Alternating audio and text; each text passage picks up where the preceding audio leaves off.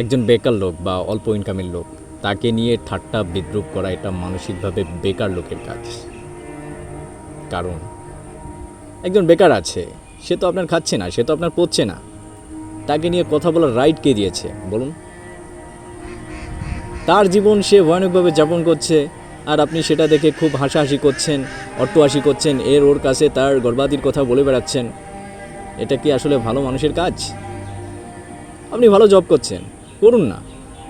আপনাকে কে মানা করছে? আপনি জব করছেন, আপনি নিজের স্যাটিসফ্যাকশন ফিল করছেন, আপনি করুন। আপনি 3 বেলা খাচ্ছেন, ভালো খাচ্ছেন, সেটা আপনি করুন না। একজন বেকারকে বা অল্প ইনকামের লোকজনকে আপনি আসলে তিরস্কার করার কে? একজন বেকার কখনো বেকার থাকে না, বুঝছেন? কারণ ভাগ্য পরিবর্তনের মালিক আল্লাহ। আল্লাহ কখন কার দিন কোথায় ফিরাবে সেটা তো আল্লাহই ভালো জানে। ভাগ্যর চাকা কোথায় গিয়ে থামবে সেটা আমি আপনি বলতে পারবো বলেন?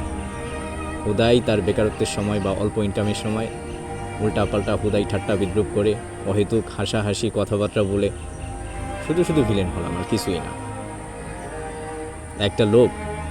একটা লোককে যখন বিপদের সময় পাশে পায়, ওই লোকটা আর একটা লোককে খুব ভালোভাবে মনে রাখে, ওই বিপদের বন্ধুকে খুব ভালোভাবে মনে রাখে, বুঝছেন?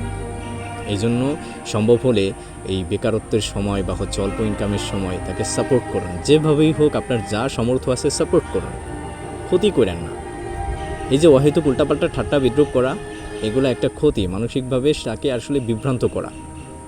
এই যে আপনার মতো এই সকল লোকজন সমাজে আসলে সিংহভাগ লোকজন যারা এই সমাজে বসবাস করে, তারা এই সমাজের বেকার লোকজনগুলোকে এত পরিমাণ আসলে মানসিকভাবে প্যারা দিতে থাকে, উল্টাপাল্টা প্যারা দিতে থাকে, তখন এই যুবক, এই টিনেজ লোক সে করে কি?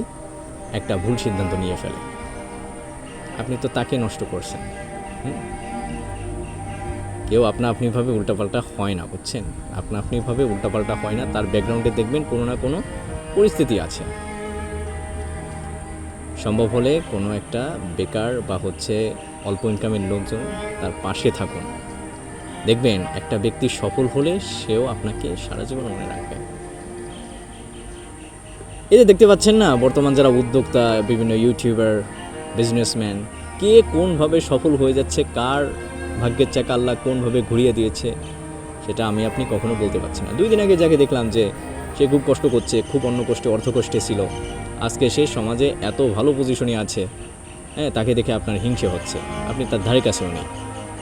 এই যে বড় বড় ইউটিউবাররা, তারা একসময় খুব কষ্ট করছিল, আজকে তারা রোমাঞ্চকর একটা জীবনযাপন করছে, আর আপনি তাকে দেখে গালাগালি করছেন বা তাকে দেখে উল্টাপাল্টাভাবে কমেন্ট করছেন, বা তার মতো হওয়ার একটা ফিল করছেন।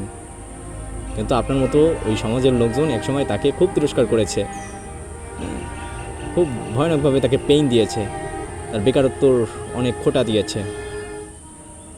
এটা কিন্তু প্রত্যেকটা ইউটিউবারের ক্ষেত্রেও হয়, আমি এটা ভালো করেই জানি।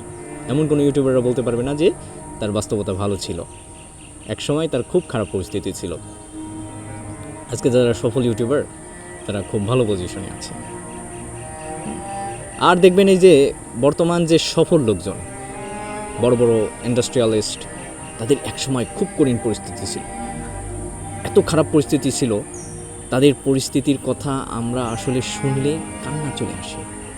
আজকে হয়তো তার ভালো দিনগুলো দেখছি, কিন্তু তার খারাপ দিনগুলো আমরা কখনো শুনি বা টের পাই।